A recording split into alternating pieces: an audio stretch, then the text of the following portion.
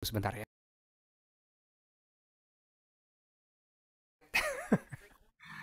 Jadi perlu disambut dulu ya. Ini risiko kalau membawa acara di rumah. Baik, kita mulai saja. Bismillah. Assalamualaikum warahmatullahi wabarakatuh. Alhamdulillahirabbil alamin. Salatu wassalamu ala asyrofil anbiya wal mursalin wa ala alihi washabbihi ajmain amma ba'd. Allahumma shalli ala sayyidina Muhammadin wa ala alihi washabbihi ajmain. Rabbi syrah li sadri wa yassir li amri wahlul 'uqdatam min lisani yafqahu qawli. Allahumma inni as'aluka ilman nafi'an wa rizqan thayyiban wa amalan mutaqabbalan. Amin ya Allah ya rabbal alamin. Semoga kabar kita, kabar sahabat sekalian, Allah karuniakan senantiasa berkah, kesehatan yang afiat, tidak hanya sehat secara fisik namun sehat juga secara manfaat. Kesehatan kita berbuah manfaat bagi diri kita, orang-orang terdekat dan juga stakeholder yang ada di sekeliling kita insya Allah ya. Semoga Allah pun senantiasa karuniakan kita semangat untuk menambah ilmu kita, ilmu yang bermanfaat tentu saja, ilmu yang membuahkan kualitas amal kita jangan lebih baik insya Allah, bukan sekedar ilmu yang hanya menghiasi kepala kita dengan pengetahuan-pengetahuan namun tidak ada manfaatnya. Dan insya Allah di setiap kajian The Brighter Day kita akan mendapatkan ilmu yang bermanfaat tersebut, ilmu yang insya Allah akan sangat praktikal ya untuk kita tunaikan dalam kehidupan kita sehari-hari insya Allah. Dan sahabat sekalian, di kesempatan hari Jumat yang penuh berkah ini juga kita bersalawat kepada Nabi Muhammad SAW, meskipun dalam hitungan hijriah harusnya sekarang sudah hari Sabtu ya, tapi tidak jadi masalah. Kita perbanyak saja salawat kita kepada Rasulullah. Semoga dengan perbanyak salawat Rasulullah SAW pun menyayangi kita, Allah Subhanahu Wa Taala pun mengizinkan kita untuk dikumpulkan bersamanya, bersama kekasih kita tersebut di tempat yang terbaik tentu saja. Sahabat sekalian, kita undang keberkahan dari Allah Subhanahu wa taala dalam majelis kita ini dengan bersama-sama melafazkan basmalah. Bismillahirrahmanirrahim. Dan insya Allah kita pun akan bertilawah terlebih dahulu. Kita akan menyimak tilawah yang akan disampaikan oleh Kang Jundi ya. Dan tilawah hari ini barangkali ada sahabat-sahabat yang ingin bergabung. Kita insya Allah akan bertilawah di halaman ke-583. Silakan dibuka. Halaman 583 ini sudah masuk juz 30. Dan sepertinya masih surat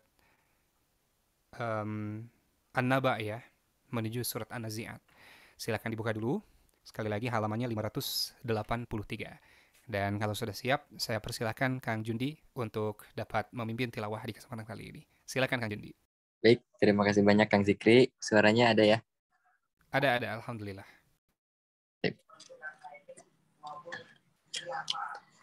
أعوذ بالله من الشيطان الرجيم بسم الله الرحمن الرحيم إن للمتقين مفازا حدائق وأعنابا وكواعب أترابا وكأسا دهاقا لا يسمعون فيها لغوا ولا كذابا جزاء من ربك عطاء حسابا رب السماوات والأرض وما بينهما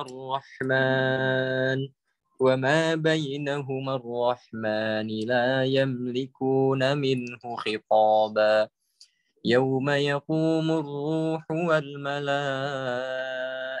صفا لا يتكلمون إلا من أذن له الرحمن وقال صوابا ذلك اليوم الحق فمن شاء اتخذ إلى ربه مآبا إنا أنذرناكم عذابا قريبا يوم ينظر المرء ما قدمت يداه ويقول الكافر يا ليتني كنت ترابا بسم الله الرحمن الرحيم والنازعات غرقا والناشطات نشطا والسابحات سبحا فالسابقات سبقا فالمدبرات أمرا يوم ترجف الراجفة تتبعها الرادفة قلوب يومئذ واجفة أبصارها خاشعة يقولون أئنا لمردودون في الحافرة أئذا كنا عظاما نخرة قالوا تلك إذا كرة خاسرة فإنما هي زجرة واحدة فإذا هم بالساهرة هل أتاك حديث موسى صدق الله العظيم. Alhamdulillahirrahmanirrahim. Allahumma arhamna bil Quran. Sadaqallahul azim. Jazakallah khair untuk Kang Jundi yang sudah memimpin tilawah Al-Quran. Mudah-mudahan apa yang kita simak dan barangkali sahabat-sahabat juga ada yang mengikuti, Allah catatkan pahala bagi kita semua insya Allah. Amin ya Allah ya Rabbal Alamin. Sahabat sekalian, insya Allah kita masih menantikan kehadiran dari Ustadz Ardian Syah Asri Hussein LCMA. Kemarin sih saya sempat bertemu dengan beliau dan sempat ngobrol. Besok insya Allah kita mulai lagi. Beliau menyampaikan insya Allah. Mudah-mudahan beliau bisa segera hadir dan bisa bersama-sama dengan kita insya Allah menjadi jalan ilmu untuk kita semua di malam hari ini. Sambil menantikan, kita ingin tahu dulu nih, mungkin ada juga yang belum absen tadi ya, siapa saja yang baru masuk, boleh ketikkan nama dan juga alamatnya. Alamatnya tidak perlu alamat lengkap, hanya daerah sajalah ya, boleh kabupaten atau kotanya. Saya coba cek lagi barangkali ada yang baru bergabung. Ada sahabat kita, sahabat Alvin Akmal Imam. Selamat datang sahabat Alvin. Lalu juga ada sahabat Deden Sahreza. Alhamdulillah ya. Selanjutnya ada sahabat Latif di Cililin, sahabat L Firmansyah. L-nya kayaknya Latif ini. Baik, selamat datang dari Cililin. Lalu juga ada siapa lagi nih ya? Ada atas nama Giwigu. Saya tidak tahu ini siapa ya. Baik, alhamdulillah. Yang jelas kita alhamdulillah sudah sampai menjelang pertengahan Syawal ya. Kalau tidak salah besok itu sudah ada reminder barangkali sahabat-sahabat akan menunaikan saum Ayyamul Bid. Nah, besok sudah bisa ditunaikan hingga 3 hari ke depan. Dan nanti juga kalau misalnya sahabat-sahabat belum sempat menunaikan ibadah saum sunnah Syawal, kalau tidak salah ini ya, nanti boleh ditanyakan kepada Ustadz. Untuk ibadah sunnah itu niatnya bisa digabung ya, niatnya bisa digabung. Jadi besok kalau misalnya sahabat-sahabat mau saum Syawal sekaligus meniatkan juga Ayyamul Bid, insya Allah bisa digabung. Nanti kalau perlu dalil lebih lanjut boleh tanya ke Ustadz ya. Tapi memang untuk obrolan kita malam hari ini bukan tentang saum Syawal sebetulnya ya. Obrolan kita insya Allah seputar mendahulukan fardu ain sebelum fardu kifayah. Kalau misalnya dulu kita belajar tentang agama Islam ketika sekolah, fardu ain itu apa? Fardu kifayah itu apa? Yang kita tahu fardu kifayah itu mungkin wajib kalau sudah diwakili oleh orang lain ya. Kalau wajib ain itu wajib yang melekat kepada diri kita masing-masing. Nah, apakah betul seperti itu? Kita remind lagi insya Allah ya. Dan mengapa kita perlu mengutamakan fardu ain sebelum fardu kifayah? Alhamdulillah dengan izin Allah, Ustadz Ardian Syah sudah bersama dengan kita. Dan insya Allah jadi jalan ilmu kita di malam hari ini. Kita sapa dulu Ustadz Ardian Syah. Assalamualaikum warahmatullahi wabarakatuh Ustadz. Waalaikumsalam warahmatullahi wabarakatuh, Kang Zikri. Alhamdulillah, senang sekali bisa bertemu lagi Ustadz dalam Alhamdulillah. majelis ini. Kemarin sempat kepotong Betul. mudik, mohon maaf nih.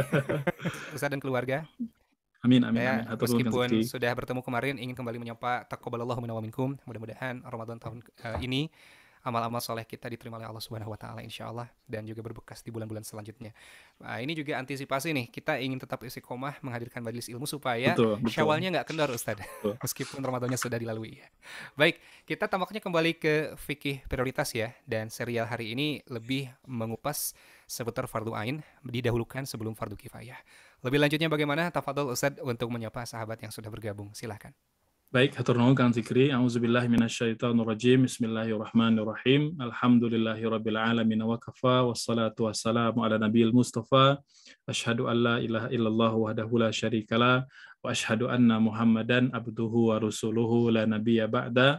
Sahabat-sahabat sekalian yang dimuliakan Allah, Assalamualaikum warahmatullahi wabarakatuh. Waalaikumsalam warahmatullahi wabarakatuh. Alhamdulillah, kita bersyukur kepada Allah Subhanahu wa taala malam hari ini dengan izinnya, dengan taufik darinya kita bisa bertemu secara virtual ya dalam rangka meneruskan ya tradisi keilmuan yang kita lakukan setiap pekan ya. Kita berharap semoga ini menjadi bagian dari upaya kita untuk melakukan sunnah Nabi. Ya, Nabi bersabda, man salaka tariqan yaltamis fihi ilman sahalallahu lahu tariqan ilal jannah. Barang siapa yang terus-menerus berusaha, berikhtiar untuk memberikan porsi untuk belajar, maka Allah akan mudahkan jalan untuknya ke surga. Ya, amin. Allahumma amin. Sahabat-sahabat sekalian, tema kita seperti mana yang diinformasikan oleh Kang Zikri ya, itu adalah fardu ain sebelum fardu kifayah. Ini tentunya kelanjutan ya dari tema sebelumnya yang kita uraikan, itu fardu sebelum sunnah. Kita mendahulukan yang fardu sebelum yang sunnah, gitu ya. Jadi jangan sampai mengejar yang sunnah tapi kita mengabaikan yang fardu ya. Kita boleh ya mengerjakan yang sunnah tapi tidak mengabaikan yang fardu. Ya, nah, tema kelanjutan adalah fardu ain sebelum fardu kifayah. Yang pertama kita perlu jelaskan dulu definisinya. Ya, tadi juga Kang Zikri sudah sedikit ya menyinggung tentang definisinya. Jadi fardu ainin seperti mana pada kalimat ada dua kata, ada fardu, ada ainin, gitu ya. Fardu itu adalah kewajiban ya, dikerjakan berpahala, ditinggalkan berdosa. Ain itu adalah atas sesuatu ya yang tertentu ya. Ain itu bisa berarti mata, bisa berarti sesuatu yang tertentu yang khusus. Maka fardu ainin adalah kewajiban yang melekat pada setiap individu muslim dan muslimah tanpa terkecuali. Ya, melainkan ada sebab-sebab yang syar'i gitu ya. Nah, ini seperti misalnya perintah sholat itu fardu ain, bukan fardu kifayah, gitu ya. Kemudian puasa fardu ain, kemudian zakat fardu ain, gitu ya.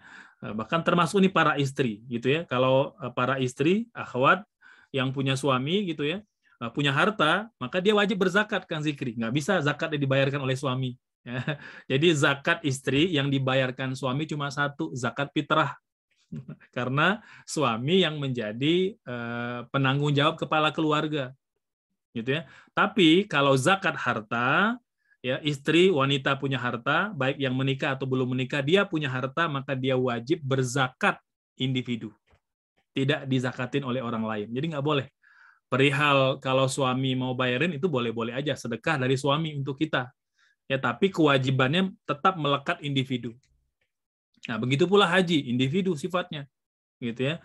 Nah, kewajiban membayar hutang, individu, ya. Nah, jadi intinya dia kewajiban-kewajiban yang melekat pada diri seseorang.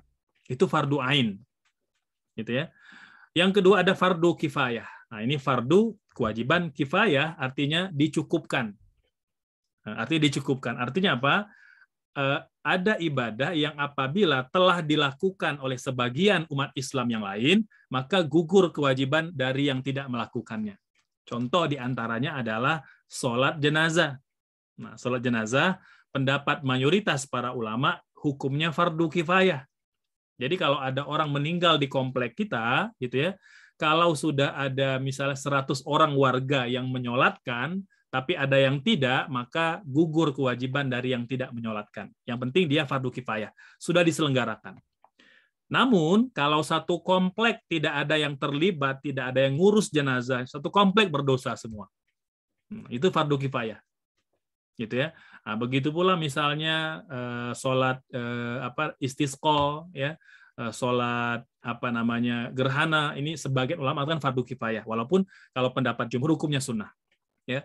Nah, begitu pula misalnya sholat Idul Fitri, Idul Adha, ya. Nah, sebagian mengatakan hukumnya fardu kifayah, sebagian mengatakan hukumnya sunnah, bahkan ada yang mengatakan wajib, gitu, ya. Nah, ini intinya ketika bertabrakan dua ibadah ini, fardu ain dan fardu kifayah, maka jelas kita dahulukan yang fardu ain. Gitu. Karena dia kewajiban individu yang melekat pada diri kita. Ya, dan kita boleh tinggalkan yang fardu kifayah. Kalau seandainya tidak bisa dilakukan kedua-duanya. Kalau bisa dilakukan kedua-duanya, kita lakukan. Tentu kita berharap pahala yang lebih besar dari Allah Subhanahu wa Ta'ala. Namun, apabila kita hanya bisa melakukan salah satunya, maka sepakat para ulama tanpa ada perbedaan, dahulukan yang fardu ain daripada yang fardu kifayah. Gitu ya. Ini di antara dalilnya kita akan bisa lihat pada hadis Nabi Bukhari Muslim dari Abdullah bin Amr bin As. Ya, beliau berkata, datang seorang laki-laki kepada Nabi Muhammad meminta izin untuk ikut berjihad. Jadi laki-laki pemuda itu datang kepada Nabi mengatakan, wahai Nabi, izinkan saya berjihad. Kemudian Nabi berkata, apakah engkau masih punya kedua orang tua? Ya, kata Nabi apa? Faqala ahayyun walidaka, apakah kedua orang tua masih hidup? Masih ada enggak? Kata pemuda itu, na'am, masih hidup. Kata Nabi apa? Fa fihima fajahid. Maka kewajibanmu adalah melayani keduanya. Nah, ini dalam rangka memang waktu itu peperangan itu tidak diwajibkan, karena peperangan ini sahabat-sahabat itu ada dua kategori, ya. Ada namanya an-nafirul am, an-nafirul khas, gitu ya. Ada seruan yang berlaku umum, laki-laki, perempuan, siapapun wajib berperang. Ini pernah terjadi pada perang Khandaq. Itu semua diarahkan berperang. Maka perempuan-perempuan pun ikut berperang waktu itu, karena saking gentingnya kondisi Madinah. Itu namanya nafirul am, gitu ya. Ada yang kedua nama nafirul khas. Jadi seruan perang, tapi tidak semua harus ikut. Hanya sebagian aja, seperti perang Badar, perang Uhud, itu kan ada sebagian yang keluar dari Madinah, ada yang sebagian bertahan di Madinah. Nah, gitu seperti Utsman. Itu kan ketika perang perang Uhud, ya, atau dalam perang Jaisul Usyra kan beliau dilarang ikut berperang. Kata Nabi, engkau jaga Madinah. Jadi ini namanya nafirul khas, gitu ya. Nah, hadis ini cerita tentang pemuda yang Nabi perintahkan dia untuk melayani dua orang tuanya karena masih hidup dibandingkan berjihad karena nafirul khas, bukan seruan perang yang berlaku umum. Kalau sudah berlaku umum, maka seorang anak tidak perlu minta izin tidak perlu minta izin orang tua, bahkan istri tidak perlu minta izin suami. Kalau sudah nafirul am, kalau sudah seruan perang terbuka, gitu ya.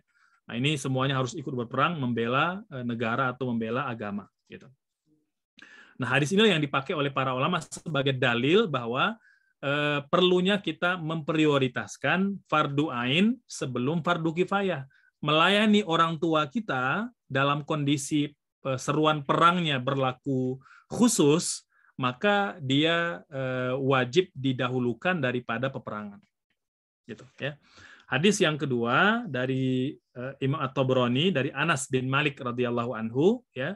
Beliau berkata, atarojulun, Rasulullah sallallahu alaihi wasallam, laki-laki datang kepada Nabi, ya, kemudian beliau berkata, inni ashtahi al-jihad wala aqdir alaihi, qala hal baqiya min walidika ahadun, qala ummi, qala fa'ablillaha fi barriha fa idza fa'alta dzalika fa anta hajun wa mu'tamirun wa mujahid. Nah, jadi ini sama, ya. Konteksnya laki-laki pemuda yang minta izin kepada Nabi untuk berperang.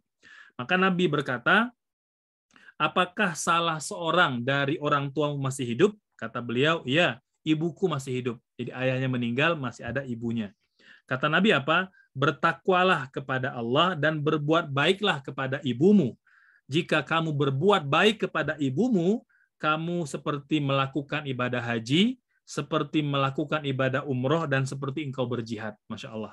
Jadi 3 pahala, ya. Hajun wa mu'tamirun wa mujahid. Nah, ini hadis yang menjelaskan, menegaskan kepada kita tentang pentingnya kita memprioritaskan fardu ain daripada fardu kifayah. Gitu ya.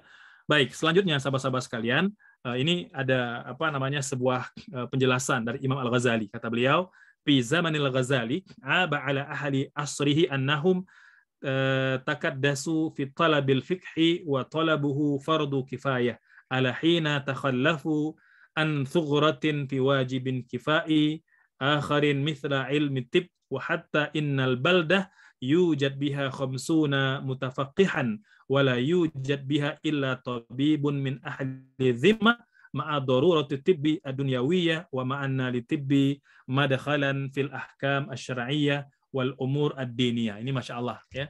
Jadi menceritakan kepada kita bahkan dalam menekuni satu bidang ilmu tertentu itu jangan semua umat Islam itu fokusnya pada ilmu fikih saja atau ilmu agama saja, mengabaikan ilmu-ilmu yang lain yang juga penting seperti ilmu kedokteran, ya, ilmu perpolitikan, ya, ilmu ekonomi. Ini kan penting.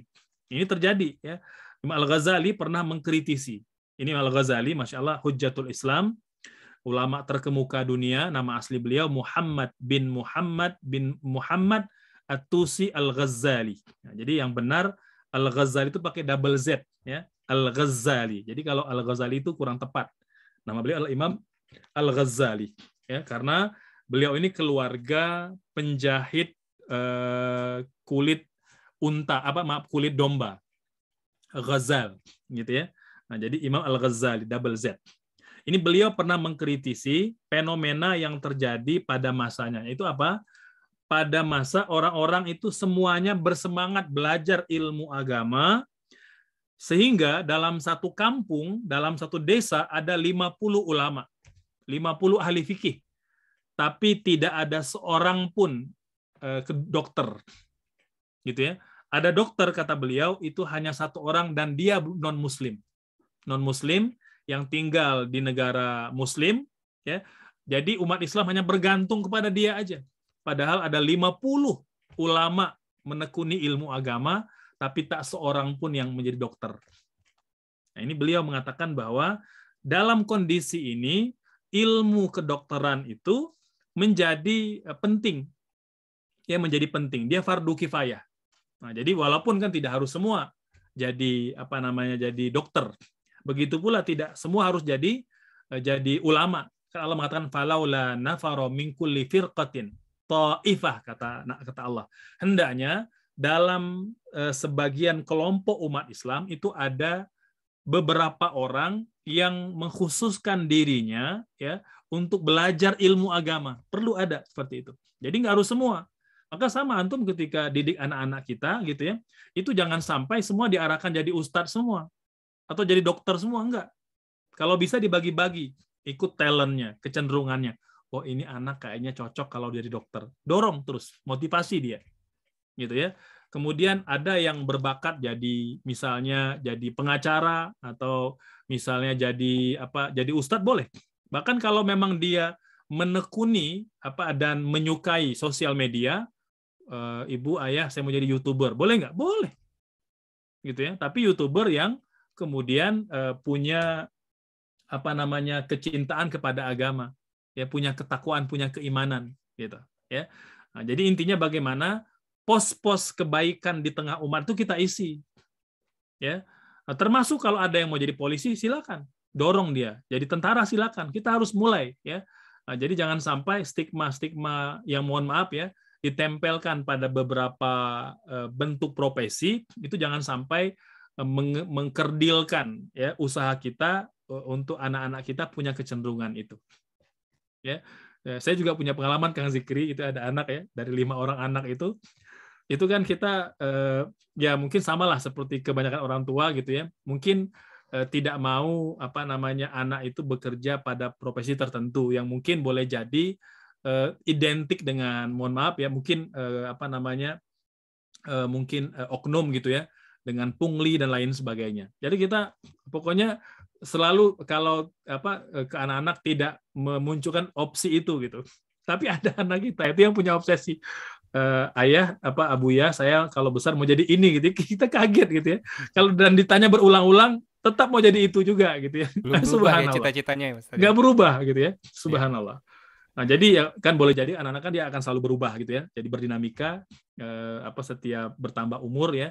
Jadi ala kulihal ingin mengatakan bahwa di dalam mengarahkan anak-anak kita pun kita boleh aja memetakan potensi mereka, tapi tetap ya bagaimanapun kita harus ya mengapresiasi kecenderungan dan pilihan mereka. Ya, karena ada kalanya memang mereka harus mandiri memilihnya. Gitu. Kita hanya bisa mengarahkan, hanya bisa membekali mereka dengan bekal-bekal yang layak. Baik, sahabat-sahabat sekalian, jadi itu di antara framing awalnya bagaimana kita memahami fardu ain dan fardu kifayah, ya. Maka sama, ini kita bisa terapkan baik dalam ibadah atau muamalah, bahkan dalam jual beli dan sikap kita dalam keluarga, gitu ya. Nah, jadi sama, misalnya kan tatkala kita punya kewajiban mendidik anak-anak, ada jadwal ngajar misalnya, rutin kita lakukan ya. Di waktu yang sama misalnya ada kegiatan sholat jenazah di komplek kita, gitu ya.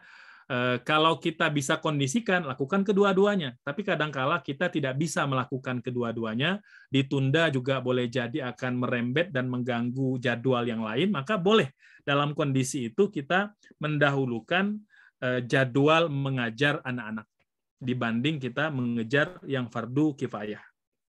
Ya. Nah, begitu pula dalam rangka memilih jurusan atau menuntut ilmu, prioritaskan untuk memilih jurusan yang membekali potensi ilmu fardu ain dan tidak lagi mendorong untuk mendalami disiplin ilmu fardu kifayah yang jika didalami oleh seseorang, hal itu telah menggugurkan kewajibannya. Ya, begitu pula jika dokter perempuan yang merawat pasien perempuan berjumlah sedikit, menjadi kewajiban untuk belajar ilmu kedokteran agar jumlah dokter perempuan tersedia. Gitu. Ini hal seperti ini kan kita perlu ya perlu riset gitu ya, perlu kajian ya, perlu pendalaman gitu. Jadi intinya bagaimana kita itu peka ya dan prihatin dengan kondisi umat Islam secara umum. Jadi kita itu tidak hanya hidup dalam rumah tangga kita aja, tapi juga melihat bagaimana kekuatan umat Islam secara lokal maupun global. Makanya kan dalam hal ini kita juga perlu jama'i. Itu kita ada komunitas parenting, orang tua, wali santri, ya, komunitas dakwah, kemudian profesional. Itu kan dalam rangka bagaimana kita memetakan potensi umat.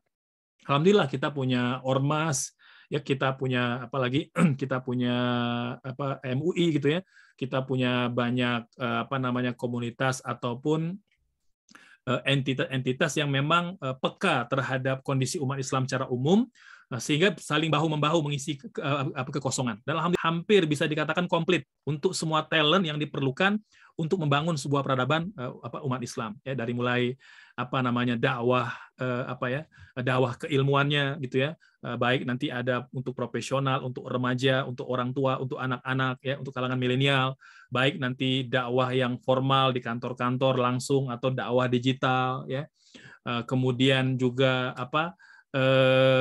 kita juga sudah bisa mengoptimalkan semua talent ya, tidak semata-mata para ustadz gitu ya, karena tidak semua ustadz Kang Zikri itu punya multi talent gitu ya. Nah, ini saya ikut sertifikasi dai MUI ya, itu angkatan keberapa, angkatan ke-13 atau angkatan ke-11 saya lupa itu.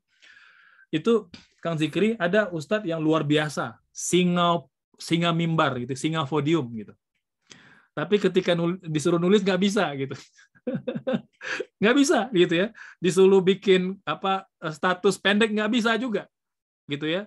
Bahkan ada ustadz yang nggak bisa, yang nggak tahu email gitu, yang nggak tahu Instagram. Luar biasa kan, kita kok ada di zaman sekarang gitu ya. Tapi itulah faktanya, karena ya ustadz juga tidak malaikat, tidak multi talent, dan memang tidak harus semua tampil di mimbar, tidak harus tampil yang pegang mikrofon gitu kan. Kita kan butuh tim yang kuat. Bahkan boleh jadi ujian para ustadz atau ujian speaker yang ada di depan publik itu lebih besar ujiannya, ujian keikhlasan. Yang paling aman tuh yang di belakang, yang di balik layar, yang bikin desain gitu ya, yang bikin hidup sosial media itu luar biasa. Tidak lantas kerdil atau kecil pahalanya, boleh jadi tuh yang orang-orang yang tidak terlihat di publik itu bisa jaga keikhlasan dan bisa terpelihara amal solehnya gitu. Maka ada ulama yang membuat kitab Rijal Al-Kawalis. Jadi tokoh-tokoh di balik layar. Subhanallah. Kan kita mengenal seperti Abu Ubaidah, Umar bin Khattab, Tolha, Jabir, ya Umar, Abu Bakar, Utsman, Ali. Itu kan tokoh-tokoh yang terlihat di etalase sejarah sirah Nabi gitu. Tapi ada banyak sahabat lain, antum tahu ya, jumlah sahabat itu ada 150.000 orang. Bayangkan coba, antum kalau ditanya berapa orang hafal nama-nama sahabat. Mungkin paling banter 20 orang. Masya Allah. Itu kemana 120.000 orang lain gitu. Subhanallah. Itu peran mereka nggak kecil. Gitu ya. Contoh aja ketika kita bicara pembebasan kota Palestina. Kan yang kita dengar siapa? Umar bin Khattab dengan Salahuddin Al-Ayyubi. Itu dua nama gitu ya. Yang menempel erat dengan pembebasan kota Palestina. Padahal ada ratusan, ribuan nama-nama sahabat yang lain, bahkan nanti hijrah ke Palestina, bahkan mereka dikuburkan di Palestina. Ada Bilal bin Rabah. Antum tahu Bilal bin Rabah itu? Beliau termasuk orang yang hijrah pertama ke Palestina. Setelah Nabi wafat, beliau hijrah ke Palestina. Subhanallah. Banyak yang belum tahu ini, Ustaz. Banyak yang belum tahu, gitu ya. Jadi kita boleh jadi ya mendoakan, memuliakan para sahabat-sahabat yang memang terkenal, nama mereka sampai kepada kita. Tapi kita nggak bisa menafikan ya orang-orang yang boleh jadi tidak populer, tidak terekam nama mereka dalam sejarah, tapi mereka punya peran yang luar biasa. Maka kata para ulama ada rijal ma'rufatun majhulatun fil ardi ma'rufatun fis sama. Mereka tidak terkenal majhul di bumi tapi terkenal di langit. Subhanallah. Gitu ya. Jadi sahabat-sahabat sekalian, ini ya kalau kita bicara tentang dakwah kolektif. Jadi perlu ya kita bahu-membahu, artinya mengisi semua pos-pos ya, semua talent dan semua potensi yang memang diperlukan ya dalam rangka memperkuat umat Islam gitu ya. Dan alhamdulillah kita sudah bisa mengoptimalkannya, maka Anda juga harap ya di antara antum sekalian, apapun profesi kita tetap menempatkan diri kita sebagai bagian dari batu bata dakwah kebaikan, apapun bentuknya. Apakah antum sebagai donatur atau sebagai pelakunya, aktornya gitu ya, atau sebagai jembatannya, apapun itu. Yang penting khairu ummatin ukhrijat, yang dikeluarkan pada umat manusia dengan dua prasyarat. Jadi kita baru bisa menjadi khairu ummah kalau memenuhi dua persyaratan. Apa itu? Ta'muruna bil ma'ruf wa tanhauna 'anil munkar. Jadi ada amar ma'ruf dan nahi munkar. Tidak semata-mata pegang mikrofon, tidak semata-mata jadi admin, tidak. Ada banyak peran dalam kebaikan dan dakwah itu yang perlu kita isi. Dan kita perlu berkontribusi ya, dan semua kita akan mendapatkan ganjaran seperti apa yang telah kita upayakan ya. Wa may ya'mal mithqala dzarratin khairan yarah wa may ya'mal mithqala dzarratin syarran yarah. Kebaikan sekecil apapun bakal kita panen hasilnya. Keburukan sekecil apapun pun bakal kita terima akibatnya. Ya, jadi kita berharap semoga kita senantiasa bisa mengoptimalkan peran kita dengan mendahulukan fardu ain daripada fardu kifayah. Walau alam begitu Kang Zikri, ya semoga mukadimah ini bisa memberikan pengantar. Silakan mungkin kalau ada yang bertanya kita persilakan.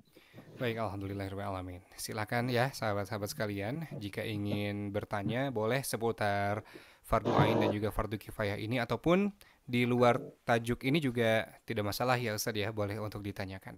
Ini salah satu hikmah yang saya dapatkan dari penjelasan Ustaz tadi, dengan adanya amalan fardu kifayah ini kan masing-masing manusia dititipi potensi unik Ustaz ya, dan potensi-potensi ini dapat digunakan menjadi penopang peradaban Islam nih, Masya Allah. Karena ya betul tadi, tidak semua orang punya talent yang sama begitu ya. Dan dengan adanya fardu kifayah ini alhamdulillah bisa saling menopang satu sama lain. Ini ada satu kejadian yang buat saya sih beberapa kali sempat terjadi Ustaz. Ini kaitannya dengan muamalah barangkali ya. Ketika misalnya saya sedang berkendara Ustaz, lalu ternyata di depan kita terjadi kecelakaan begitu. Lantas kita secara waktu itu agak buru-buru nih, dan melewati saja kecelakaan tersebut tanpa berkontribusi apa-apa dengan harapan nanti juga insya Allah ada yang bantu. Nah, Ya, apakah kondisi ini tidak apa-apa atau justru prioritasnya kita berhenti dan menolong atau seperti apa begitu Ustaz? ya. Yang pertama, Kang Zikri, innamal a'malu binniyat wa innamal likulli imri'in ma nawa. Itu di antara hal penting yang kita perlu pahami gitu ya. Bahwa setiap amalan itu kan perlu berdasarkan dengan niat, dan setiap orang akan diberikan ganjaran berdasarkan dengan niatnya. Kaitannya dengan suatu peristiwa yang ada di depan kita, yang kita boleh jadi tidak bisa melakukan pertolongan secara langsung, dan boleh jadi pun tidak bisa menjembatani itu, ya. Boleh jadi karena ada agenda-agenda yang penting gitu ya, maka kita yang perlu mempertimbangkan tadi fardu ain atau fardu kifayah. Menolong itu memang fardu kifayah sifatnya gitu ya. Fardu kifayah, kita yang paling rendah kan mendoakan agar segera dapat bantuan atau pertolongan dari yang lain gitu ya. Yang kedua, mungkin kalau kita di mobil itu ada dengan istri atau ada dengan anak atau dengan sahabat gitu ya, kita juga bisa mengupayakan kalau memang kita punya hal yang fardu ain, yang penting, yang mungkin tidak bisa ditunda, ya, dan boleh jadi akan menjadi kendala yang menyebabkan ada banyak kegiatan yang tertunda dan terganggu gitu ya. Maka sekurang-kurangnya kita bisa bikin notifikasi gitu ya. Kalau yang mungkin pakai Google Map kan bisa melaporkan gitu ya, bahwa di titik tertentu itu ada kecelakaan atau ada tabrakan, butuh bantuan. Ya, syukur-syukur jika antum bisa menghubungi panggilan gawat darurat gitu ya, meminta bantuan dari polisi atau dari pihak berwajib yang terdekat agar bisa menjangkau hal itu. Intinya kan bagaimana kita tetap punya empati, punya kepedulian, gitu ya. Nah, ini kalau memang kita betul-betul punya hal yang kita prioritaskan, gitu ya. Yang kedua, jika memang kita berkesempatan, bahkan boleh jadi di tempat itu tidak ada orang lain. Nah, ini jadi Kang Zikri, ada kalanya dia jadi fardu kifayah, bisa menjadi fardu ain. Ini contohnya ada orang yang tabrakan, sekarat, di tempat itu hanya ada kita aja. Maka dalam kondisi itu lebih diutamakan, itu fardu ain jatuhnya. Maka kita perlu membaca kondisi gitu ya. Jadi jangan sampai kemudian kita terlalu berhusnuzon gitu ya.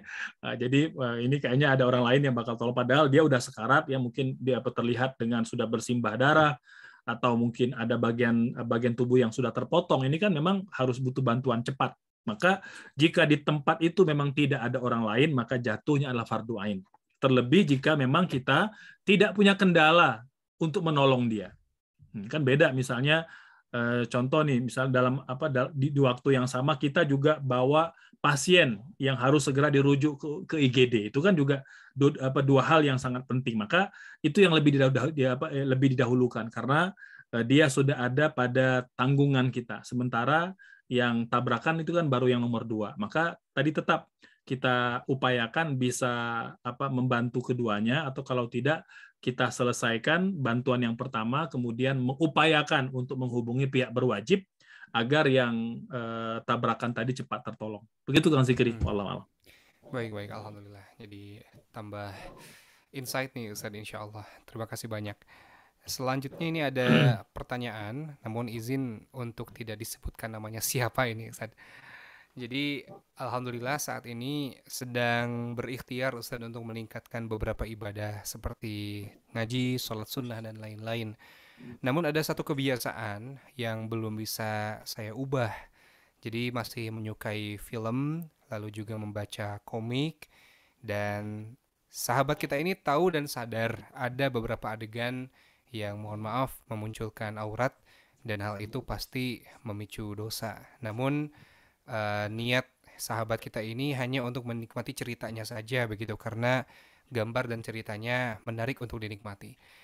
Nah, bagaimana menurut Ustadz sebaiknya sahabat kita ini menyikapinya, terutama punya harapan begitunya, khawatirnya amal ibadah dan puasanya tidak diterima, namun kebiasaannya itu belum bisa ditinggalkan begitu. Masih dilema nih, mau ditinggalkan tapi masih suka, tapi dilakukan malah khawatir begitu, membawa dosa yang sulit dihapus. Begitu Ustaz.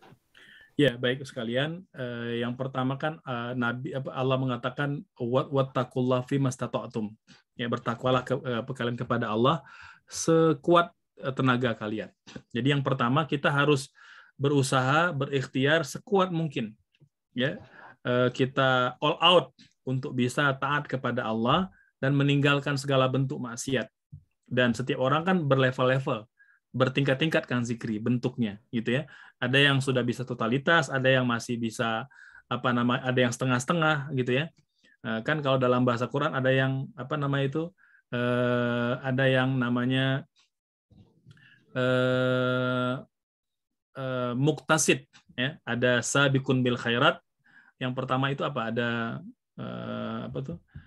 jadi dalam Quran Allah mengatakan ketika kami telah turunkan Al-Quran minhum muktasid wa minhum zalimun li nafsihi, ya. Kemudian sabiqun bil khairat. Jadi dalam menyikapi hidayah Allah Subhanahu wa taala, ada orang yang sabiqun bil khairat. Dia bukan tidak pernah berdosa Kang Zikri. Sabiqun bil khairat ini tetap dia optimal, all out berbuat kebaikan, tapi sekali-kali berbuat dosa, gitu ya. Boleh jadi hal itu memang sengaja atau tidak sengaja, dia masih punya semacam dorongan-dorongan berbuat dosa atau kemaksiatan. Namun dia sabiqun bil khairat, cepat sadar dan menutupi itu dengan kebaikan-kebaikan yang lebih banyak. Kan kalau yang pertama itu kan zalimun li nafsihi, orang yang memang lebih banyak kadar keburukannya, lebih banyak kadar dosanya. Jadi kalau dihitung dalam sehari itu 20 jam dia berbuat dosa, hanya 5 jam dia berbuat kebaikan. Itu zalimun li nafsihi. Ada yang kedua muktasid. Nah, ini 50-50 Kang Zikri. Jadi dia 50% berbuat ketaatan, 50% berbuat dosa. Ini muktasid. Nah, kita berharap menjadi orang yang ketiga, zalimun sabiqun bil khairat. Orang yang tidak pernah alfa dari berbuat dosa, dia ada berbuat dosa tapi kebaikan lebih banyak. Dan nanti Kang Zikri, lama-kelamaan kebaikan-kebaikan itu akan mempengaruhi, akan merubah kehidupannya menjadi lebih baik. Gitu, ya. Nah, jadi orang yang sabiqun bil khair itu tidak kemudian putih dari dosa. Dia mungkin berbuat dosa, gitu ya. Maka tadi kita berupaya untuk senantiasa mendekat kepada Allah Subhanahu wa taala, dan barang siapa yang mendekat kepada Allah, Allah akan bantu dia meninggalkan perbuatan-perbuatan itu. Ya. Jadi ya boleh jadi kalau kita masih melakukan itu, ya kita belum all out, kita belum totalitas, kita belum lempeng niatnya untuk hijrah kepada Allah Subhanahu wa taala. Yang halal kan jelas halal, yang haram kan haram. Betul bahwa Islam itu memubahkan atau membolehkan hiburan, boleh, selama pada batas-batas yang diperbolehkan. Gitu, ya. Melihat aurat misalnya kan itu hukum asalnya haram, tapi ada kalanya boleh. Kapan? Ya ketika misalnya mereka yang bertugas sebagai polisi kan perlu itu melihat adegan tertentu, bukan film ya, rekaman itu kan perlu. Ya, bahkan misalnya dokter gitu ya, itu kan diperbolehkan untuk memeriksa pasien perempuan, bahkan melihat pada aurat-aurat ataupun pada bagian-bagian tertentu yang diharamkan. Nah, jadi hal ini diperbolehkan dalam kondisi tertentu. Nah, dalam kondisi hiburan yang mubah, maka yang halal itu jelas, yang haram itu jelas, gitu ya. Maka dalam rangka memilih hiburan, kan Allah tahu isi hati kita. Maka jujur aja kepada Allah, ya Allah, saya niat menonton ini hanya untuk hiburan, memberikan refreshing kepada diri saya agar lebih bersemangat ibadah. Nah, hindarilah kemudian tontonan-tontonan yang memang kebanyakannya mengumbar aurat. Kan kita bisa pilih. Dan tentu kembalinya lagi kepada masing-masing kita. Setiap kita akan dimintai pertanggungjawaban oleh Allah. Allah berfirman dalam Al-Isra, wala taqfu ma laisa laka bi ilmun inna sam'a wal basara wal fuada kullun ulaika kana anhu mas'ula. Pendengaran, penglihatan, hati akan dimintai pertanggungjawaban oleh Allah Subhanahu wa taala. Ya.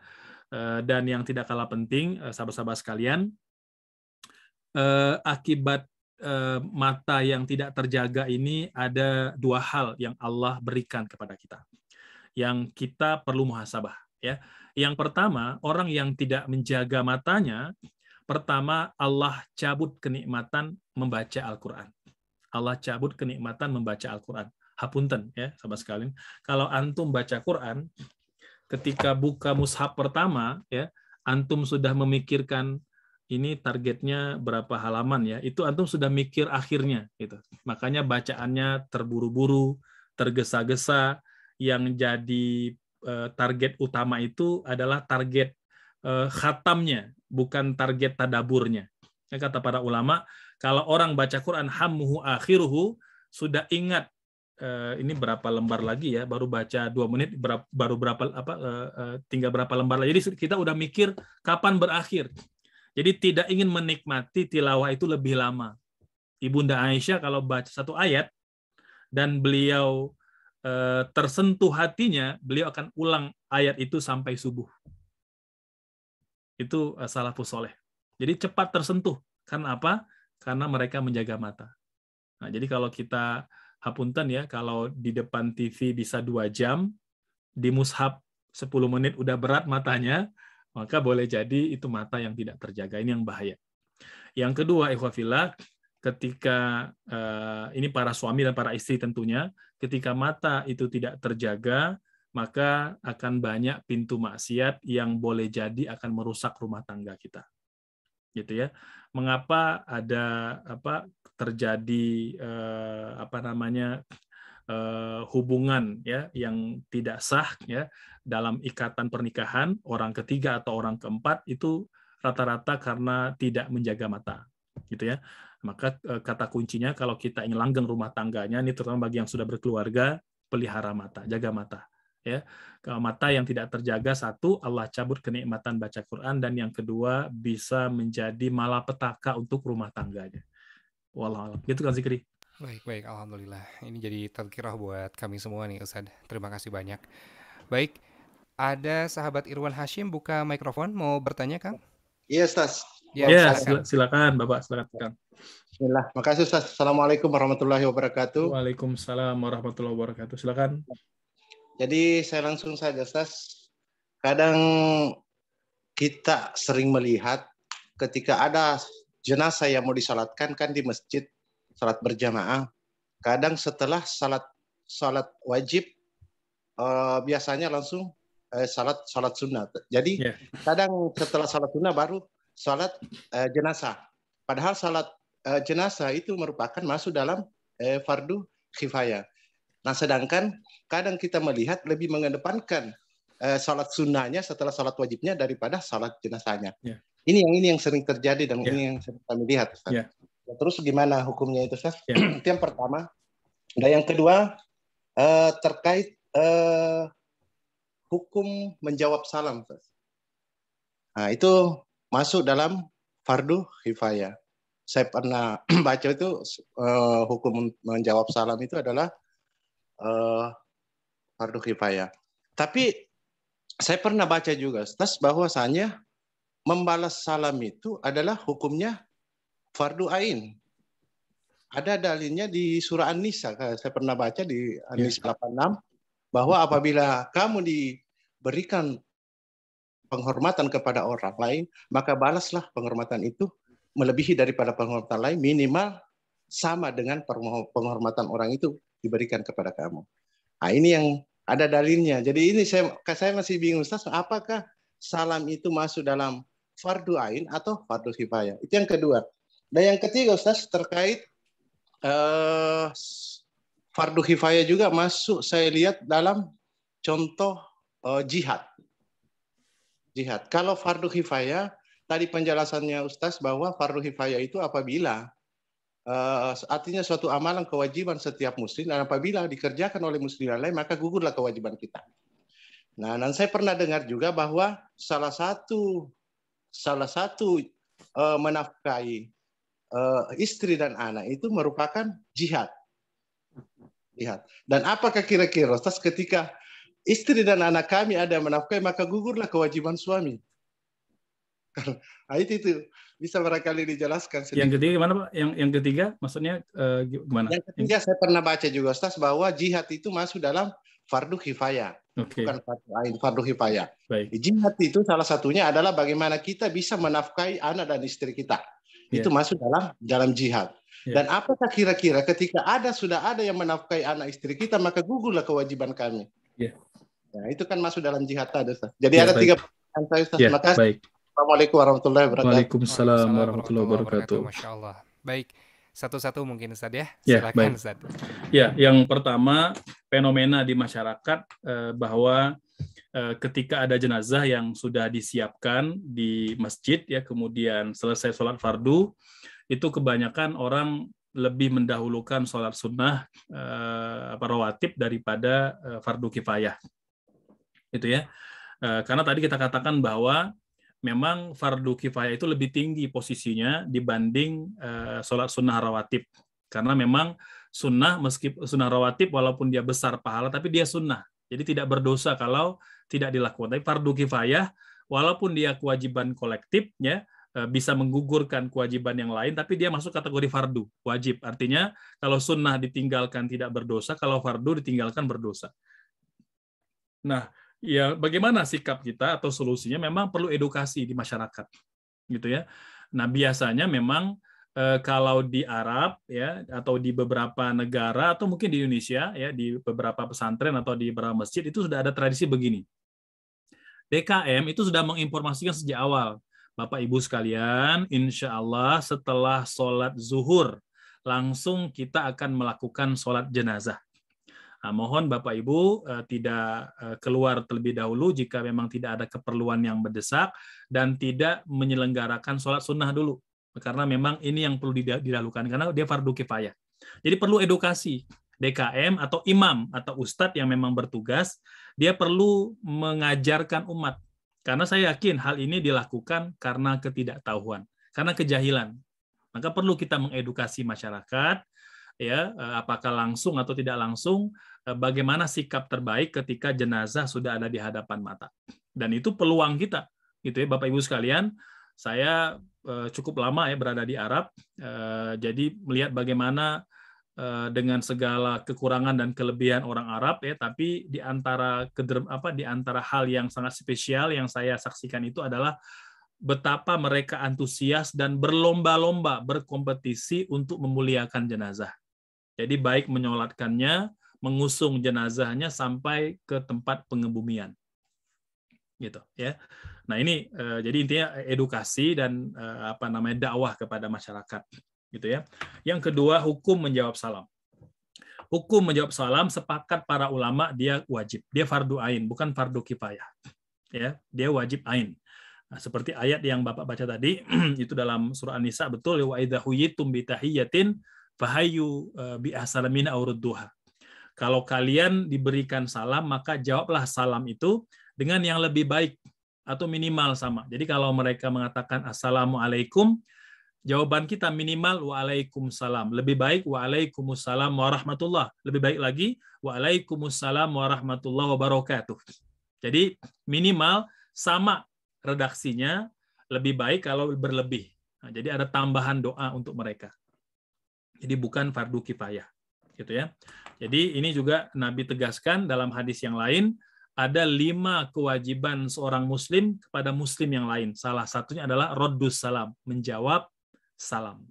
Gitu. Itu dalil dari Quran atau dari hadis ya. Yang ketiga tentang nafkah keluarga, gitu ya. Karena jihad itu tadi dikatakan adalah fardu kifayah, gitu ya. Apakah dan nafkah keluarga juga bagian dari jihad? Kalau keluarga kita sudah ada yang menafkahi, gugur kewajiban kita, apa tidak? Baik, yang pertama tadi kita katakan bahwa hukum asal berjihad itu adalah wajib. Dalam kondisi memang kita diperintahkan dan tidak ada kendala. Maka tadi dikatakan ada namanya ada fardu ain, ada fardu kifayah. Jadi jihad itu ada kalanya fardu ain, wajib individu dalam kondisi perang terbuka yang seluruh anggota masyarakat wajib ikut berperang, laki-laki maupun perempuan. Wajib berperang gitu. Nah, ada yang kedua fardu kifayah dalam kondisi panggilan-panggilan tertentu. Ini fardu kifayah. Misalnya memang dia bukan an-nafirul am tapi nafirul khas. Jadi seruan perang jihad untuk sebagian orang aja, untuk tentara aja, atau untuk polisi aja, atau untuk yang terlatih aja. Nah, ini hanya khusus, gitu ya. Nah, nafkah keluarga ini kewajiban. Nafkah keluarga itu bukan fardu kifayah, tapi fardu ain. Dan itu jihad. Ya, jihadnya suami itu menafkahi keluarga. Gitu ya. Kata Nabi, ada suami yang mengabaikan kewajiban nafkah kepada keluarga, dia telah berbuat zalim. Dia telah berbuat zalim kepada keluarganya. Dalam hadis Nabi mengatakan kullukum ra'in wa kullukum mas'ulun an ra'iyatihi. Setiap kalian adalah pemimpin dan setiap pemimpin akan dimintai pertanggungjawaban oleh Allah Subhanahu wa taala. Kata Nabi, suami bertanggung jawab atas nafkah keluarga. 3 kewajiban suami, nafkah makan dan minum, ya, kemudian pakaian dan nafkah tempat tinggal. Artinya memberi makan minum kepada istri anak-anak seperti mana dia makan, memberi pakaian seperti mana dia berpakaian, dan memberi tempat tinggal di mana dia tinggal. Ini 3 kewajiban suami. Gitu ya. Jadi hukumnya wajib fardu ain. Kalau tidak dilakukan maka dia berdosa. Nah, bagaimana jika ada orang yang membantu atau memenuhi kewajiban kita secara sukarela? Apakah gugur kewajiban suami? Gugur kewajiban suami artinya karena kewajiban itu telah bantu dipenuhi oleh orang lain karena keterbatasan tertentu. Contoh sekalian, gitu ya. Di masa Nabi, orang-orang yang terpilih sebagai tentara, nafkah keluarga mereka ditanggung oleh negara. Maka gugur kewajiban dari para tentara. Gitu ya. Jadi seperti Khalid, ya, seperti Abu Ubaidah, itu keluarga mereka ditanggung dari Baitul Mal. Jadi dibiayai negara. Gitu. Maka gugur kewajiban suami. Karena suami punya kewajiban yang lain. Yaitu kewajiban yang memang atas perintah pemimpin tertinggi umat Islam. Yang penting dia tidak mengabaikan, tapi dia sedang menjalankan on mission, ya, dari on duty gitu ya, pada tugas yang lain. Gitu. Ya, tapi kalau misalnya ditinggalkan istrinya dengan alasan yang tidak jelas gitu ya, ya kan tidak mungkin keluarganya membiarkan anak istrinya itu mati kelaparan, maka dibantu oleh pamannya, dibantu oleh bibinya gitu ya, maka dosa bagi suami, tidak gugur kewajibannya. Ini kalau dia mengabaikan itu sebagai sebuah kewajiban. Berbeda kalau tadi dia dalam tugas atau memang dia tidak mampu, sedang sakit, ya, terbaring di rumah sakit atau terbaring di tempat tidur karena penyakit yang diderita, maka dibantu pemenuhan nafkah keluarganya oleh orang lain, maka dia tidak berdosa. Nah, ini kondisi-kondisi yang kita perlu tahu, ya. Jadi berbeda kondisinya, berbeda pula hukumnya. Wallahu a'lam. Begitu, Pak. Semoga terjawab. Baik. Sudah terjawab ya, Pak Irwan ya? Ya, jasa kalau Ustaz. Ya, sami-sami. Alhamdulillahirrahmanirrahim. Saya jadi teringat ada satu fenomena ketika seseorang akan menikah, namun ternyata kondisi finansialnya belum kuat, ternyata orang tuanya itu mau untuk menanggung sampai jangka waktu tertentu begitu untuk kebutuhannya. Berarti hal ini tidak jadi masalah ya? Betul Kang Zikri, boleh gitu ya. Yang penting memang itu terkomunikasi dan bukan faktor kesengajaan. Ya. Nah, jadi boleh dibantu oleh keluarga gitu ya. Dan saya rasa mungkin Bapak Ibu ya, rekan-rekan yang mungkin sudah berkeluarga, saya rasa juga punya cerita itu. Gitu ya. Saya juga punya cerita itu Kang Zikri, luar biasa ya. Karena menikah gitu di Mesir, masih kuliah, punya penghasilan pekerjaan sambilan aja sebagai penulis artikel dan penerjemah buku, ya mungkin tidak seberapa gitu ya. Jadi dibantu oleh keluarga, dibantu oleh sahabat Kang Zikri, teman-teman itu ya, teman-teman satu pengajian bantu, Masya Allah gitu ya, luar biasa. Setahun ya, tahun kedua pernikahan barulah bisa agak mandiri gitu ya. Begitulah kita. Jadi intinya kita tolong menolong gitu. Dan itu juga dilakukan oleh para sahabat gitu ya. Jadi saling bantu antara sahabat yang lain yang sudah mapan membantu yang belum mapan atau yang belum kuat finansialnya sampai dia betul-betul mandiri. Jadi boleh selama memang itu dilakukan tidak dengan unsur kesengajaan. Gitu. Baik. Alhamdulillah. tadi ketika ada pertanyaan seputar salam, saya jadi teringat kebiasaan pembawa acara nih Ustadz Ya. ketika membuka acara. Biasanya kalau audiensnya belum belum aktif begitu, biasanya salamnya diulang lagi dan diulang lagi dengan niat untuk menyemarakan suasana. Nah, apakah dari sudut pandang syariah hal ini diperbolehkan atau bagaimana Ustadz? Ya, boleh Kang Zikri, diperbolehkan. Ya, tentunya kan ada kemaslahatan, ada kebaikan, dan itu doa kan, Assalamualaikum. Betul. Semoga keselamatan untuk kalian, rahmat dan keberkahan untuk, itu kan doa, Masya Allah. Siapa sih yang nggak mau didoakan? Ya, bahkan kalau boleh ya, biar menjiwai, ya, kalau perlu diterjemahkan Kang Zikri, biar pada tahu gitu ya. Karena kalau dengan Arabnya kan rada seperti sesuatu yang biasa, Assalamualaikum. Jadi kayak verbal sekali. Sekali-kali perlu diterjemah. Salam sejahtera untuk kalian semuanya, dirahmati dan diberkahi oleh Allah Subhanahu wa Ta'ala. Itu kan jadi lebih terhayati dan lebih terhadirkan bahwa itu berupa doa gitu ya. Nah, jadi boleh, nggak ada masalah diulang 2 kali, 3 kali jika diperlukan, bisa, nggak ada masalah insya Allah. Ini Kang Zikri karena sering nge-host gitu ya, maka boleh, nggak ada masalah itu ya, dalam baik spiritual ataupun langsung boleh, insya Allah juga menjadi bagian dari kebaikan. Baik. Alhamdulillahirrahmanirrahim. Terima kasih banyak Ustadz untuk jawabannya. Apakah ada pertanyaan tambahan? Kalau misalnya belum ada, mungkin kita cukupkan dulu untuk kesempatan malam hari ini. Ada satu lagi, mohon izin. Silakan. Baru pop up nih. Ada sahabat Alvin ya yang bertanya.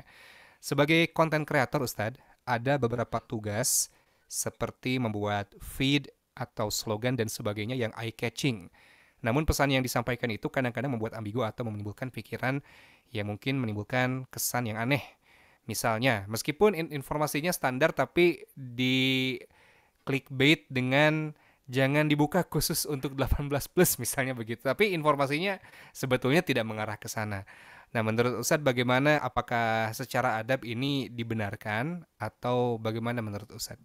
Ya, betul ya. Jadi Kang Zikri, ada banyak aspek yang kita perlu tinjau di sini. Yang pertama niat tentunya. Innamal a'malu binniyat wa innamal likulli imri'in ma nawa. Siapapun yang berdakwah, baik langsung atau tidak langsung, termasuk konten kreator gitu ya, maka pastikan yang pertama yang kita kejar itu ridho Allah Subhanahu wa Ta'ala. Maka jangan sampai karena untuk mengejar subscriber, ya, mengejar follower, kita mengabaikan, menomorduakan Allah, sehingga kadangkala kita tidak mengabaikan adab-adab itu.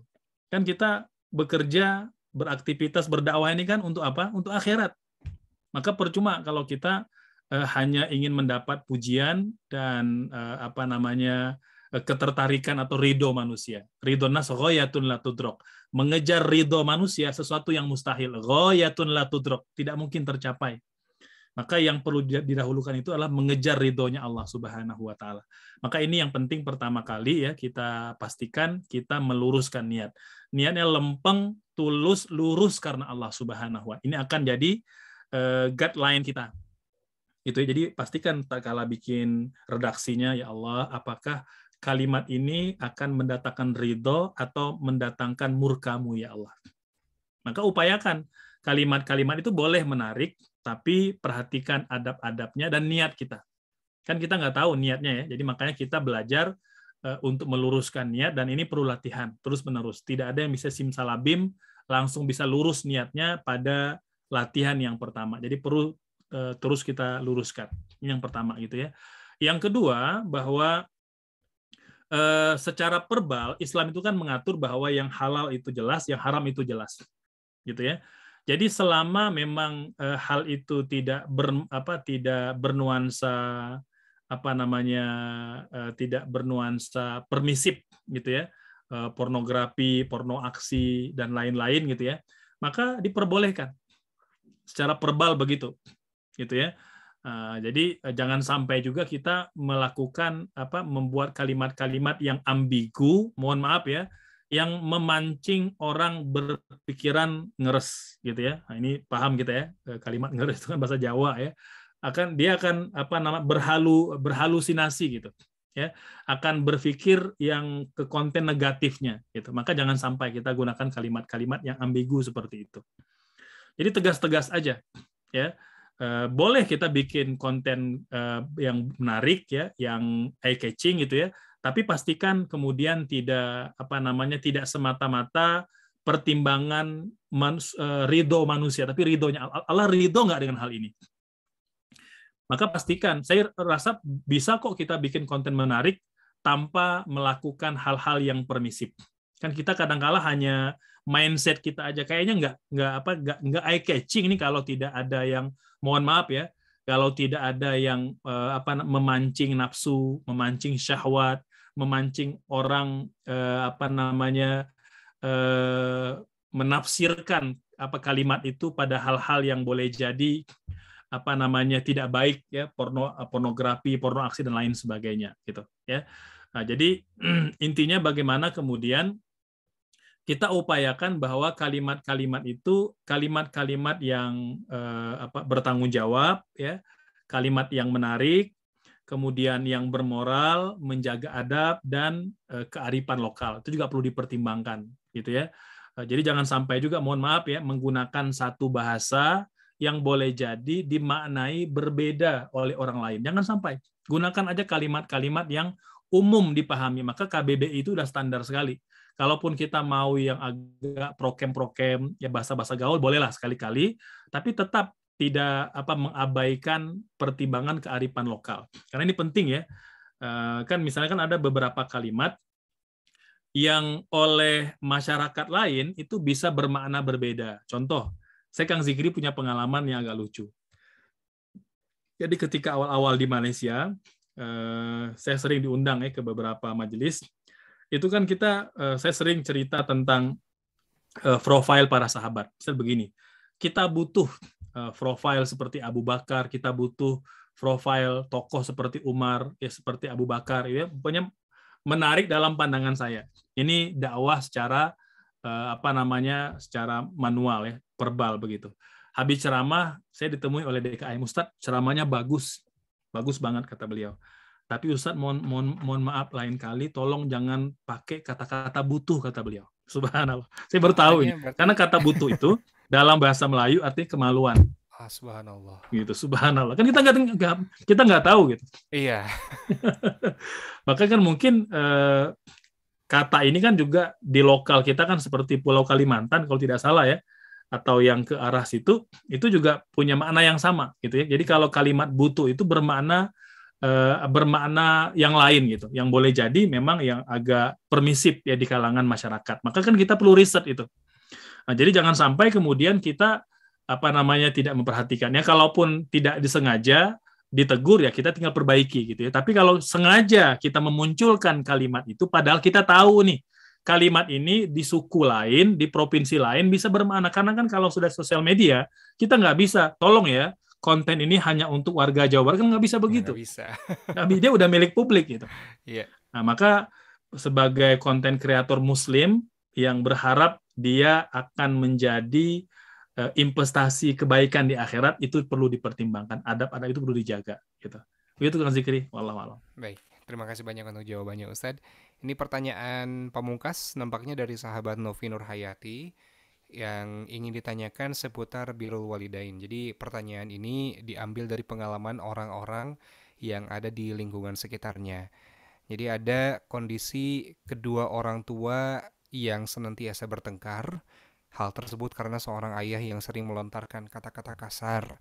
Bahkan ketika bertengkar, kedua orang tua tersebut sering berperilaku kasar juga terhadap anaknya. Sehingga yang sahabat Novi lihat, anak-anaknya pun jadi jarang komunikasi dengan kedua orang tuanya, kecuali ya hanya sekedarnya saja. Nah, anak tersebut kebetulan berteman dengan sahabat Novi, dan beliau ini ingin sekali mendapat ridho Allah agar mendapatkan syurga. Dan beliau pun telah membaca sebetulnya urgensi berbakti kepada kedua orang tua. Nah, oleh karena itu ingin dapat nasihat dari Ustadz bagaimana caranya agar beliau bisa berbakti kepada orang tuanya meskipun kondisi orang tuanya seperti itu, Ustadz. Ya, ya baik. Yang pertama, Masya Allah ya, saya mendoakan semoga sahabat saudari Novi ya, Allah berikan kekuatan, hidayah, sehingga bisa terus berbuat baik ya untuk kedua orang tuanya. Yang pertama, tetap ya, birrul walidain itu tidak gugur kewajiban itu meskipun orang tua kita musyrik kepada Allah Subhanahu. Ini perlu dicatat ya. Meskipun orang tua kita tidak beriman, tidak bertauhid kepada Allah, kewajiban birrul walidaini wajib dilakukan. Walaupun mereka tidak beriman kepada Allah, dan kita wajib taat kepada mereka selama mereka tidak memerintahkan kepada maksiat. Nabi bersabda, la ta'ata li makhluqin fi maksiatil khaliq. Ya, kita tidak boleh taat kepada makhluk dalam rangka bermaksiat kepada Allah Subhanahu wa taala. Jadi poin pertama, birrul walidain, ya, kewajiban taat, kewajiban ridho wajib dilakukan oleh seorang anak dalam kondisi apapun. Orang tua yang berbuat dosa, ya, dengan KDRT yang dilakukan, ya, baik itu fisik ataupun verbal, ya, kalimat-kalimat yang dilontarkan, maka itu dosa mereka. Tapi tidak menggugurkan kewajiban kita. Nah, ini penting ya. Poin kedua, dosa mereka tidak menggugurkan kewajiban kita. Kita tidak birrul walidain karena mereka bertengkar, berkelahi, maka kita berdosa, mereka juga berdosa. Gitu ya. Lain halnya jika seandainya mereka sudah menyerang kita, membahayakan nyawa kita, maka nanti dalam fikih kita boleh menghindar, mufaroqah, ya, sementara waktu sampai kondusif, dan kita kemudian boleh birrul walidain dari jarak jauh, gitu ya, dengan membantu keuangannya, ya, memperhatikan kesehatannya dan lain sebagainya, gitu ya. Itu poin kedua, gitu ya. Kemudian yang penting yang ketiga pula, bahwa jangan putus berdoa. Ini penting, ya. Jadi doa silahul mukmin. Doa itu kan senjata orang beriman. Jadi perlu upayakan memang masalah keluarga kita itu, masalah orang tua kita tidak keluar dari pintu rumah kita. Upayakan dia selesai oleh kedua orang tua kita. Kita bantu dengan doa. Atau kalau memungkinkan kita bantu menasihati, ya, secara lembut, ya, secara hikmah, baik ayah atau ibu kita, ya, dengan cara-cara yang saya rasa mungkin sahabat Novi ini sudah cukup paham karakter keduanya. Jadi tinggal dipilih waktunya, dipilih kalimatnya, langsung atau tidak langsung. Bahkan kan dibolehkan berbohong, ya, untuk mendamaikan dua orang yang saling berseteru, gitu ya. Berbohong kepada ayah kebaikan-kebaikan ibu, atau berbohong kepada ibu kebaikan-kebaikan ayah. Ini kan bisa menyatukan orang yang bermusuhan. Nah, dalam kondisi memang genting, gitu ya, sudah ditempuh semua itu, jadi memang perlu melibatkan outsider, gitu, orang luar, gitu ya. Maka boleh, pertama yang kita hubungi adalah kakek nenek kita. Ini orang pertama. Nggak boleh yang lain. Kakek nenek kita, orang tua. Ya, orang tua yang pertama kali, kalau kita bisa memungkinkan, maka dahulukan adalah kakek dari sebelah ayah. Ini didahulukan, gitu ya, disampaikan. Kemudian setelah itu lakukan mediasi, gitu ya, bagaimana agar bisa berdamai. Yang kedua, bisa menghubungkan atau menghubungi kakek nenek dari pihak ibu. Jadi biar balance, gitu ya, biar seimbang. Apakah nanti kakek nenek akan terlibat langsung atau ada orang lain sebagai penengah, itu persilakan. Jadi intinya, pertama, pertengkaran keluarga, aib keluarga kita upayakan ditutup rapat-rapat, gitu ya. Walaupun dengan alasan konsultasi dan lain sebagainya, upayakan semuanya disamarkan. Semua disamarkan. Jadi terkait nama dan lain-lain itu disamarkan, karena tujuan kita kan mendamaikan. Nah, kecuali memang ada pihak-pihak yang terlibat langsung, mungkin keluarga, bahkan boleh juga orang luar. Ustadz boleh nggak tahu? Boleh, kalau seandainya memang Ustadz diperlukan untuk ikut mendamaikan, untuk menjernihkan persoalan, gitu ya. Itu diantara hal-hal yang perlu dilakukan oleh seorang anak. Nah, kalau ini sudah dilakukan, gitu ya, pertama tadi ya, tetap berbuat baik kepada orang tua. Yang kedua, berupaya mendoakan, bahkan mendamaikan orang tua. Yang ketiga, melibatkan orang luar dari mulai kakek nenek, keluarga besar. Kalau memang tidak bisa, barulah kemudian kepada pihak-pihak yang dirasa bisa mendamaikan, yang dihormati oleh kedua belah pihak, baik oleh ayah atau oleh ibu. Ya, yang kita mendoakan terus menerus. Boleh jadi hal itu bisa selesai dalam waktu yang singkat, dan boleh jadi membutuhkan waktu lama. Dan insya Allah waktu lama itu akan menjadi amal ibadah kita di hadapan Allah Subhanahu wa Ta'ala. Begitu Kang Zikri, wallahu a'lam. Baik. Mudah-mudahan Allah Subhanahu wa Ta'ala bukakan jalan-jalannya, ya, supaya bisa lebih optimal nih birrul walidainnya, dan keduanya didamaikan, insya Allah. Baik, alhamdulillah Ustadz, ini adalah pertanyaan pamungkas. Sebagai penutup, barangkali ada nasihat yang ingin kembali disampaikan, silahkan Ustadz. Ya, sahabat sekalian, karena mungkin masih momentum Syawal dan mungkin masih ada yang beberapa mungkin sedang qadha puasa Ramadan, atau yang sudah mulai Syawalan, atau mungkin yang sudah selesai gitu ya, maka kita sudah melakukan banyak kebaikan di bulan Ramadan. Maka madrasah Ramadan itu sejatinya Kang Zikri dan sahabat-sahabat sekalian membekas dan terus memberikan efek positif pada diri kita di sepanjang bulan-bulan yang lain. Jadi kita tidak hanya menyembah Allah di bulan Ramadan. Kata para ulama, kun robbanian walatakun ramadanian. Jadilah hamba Allah yang robbani, bukan menjadi hamba-hamba Ramadan. Ya, jadi Allah yang kita sembah di bulan Ramadan itu maha hidup. Dia akan terus hidup di bulan-bulan yang lain. Ya, nah, kita berharap semoga dengan wasilah kajian pekanan ini, Kang Zikri dan sahabat sekalian, dia menjadi semacam stimulan positif ya, yang terus mendorong kita agar bisa mempertahankan amal soleh dan kebaikan-kebaikan yang telah tertradisi sepanjang bulan mulia Ramadan ya. Dan kita juga berharap bisa istiqomah dan mendapat husnul khatimah. Amin Allahumma amin. Semoga ada manfaatnya. Kang Zikri dan sahabat-sahabat sekalian, saya mohon pamit ya. Insya Allah bertemu lagi di pekan depan. Wassalamualaikum warahmatullahi wabarakatuh. Waalaikumsalam Waalaikumsalam warahmatullahi warahmatullahi wabarakatuh. Alhamdulillah. Atur nuhun semuanya, Kang Zikri. Ustaz, dan Jazakallah selamat Ustaz. Sami-sami dan mohon pamit. Baik, dan terima kasih juga jazakumullah khair untuk sahabat-sahabat yang lain yang sudah bertanya dan juga yang ikut menyimak dari awal sampai dengan akhir. Semoga banyak inspirasi yang kita dapatkan, baik dari pertanyaan yang tadi dilontarkan, jawaban yang sudah kita terima, dan juga materi yang sudah disampaikan oleh Ustadz Ardiansyah tadi mengenai bagaimana kita perlu untuk mengutamakan fardu ain sebelum fardu kifayah. Insya Allah kita bertemu lagi di pekan yang akan datang dan sampaikan kabar gembira kajian ini kepada sahabat-sahabat terdekatnya. Subhanakallahumma wa bihamdika asyhadu an la ilaha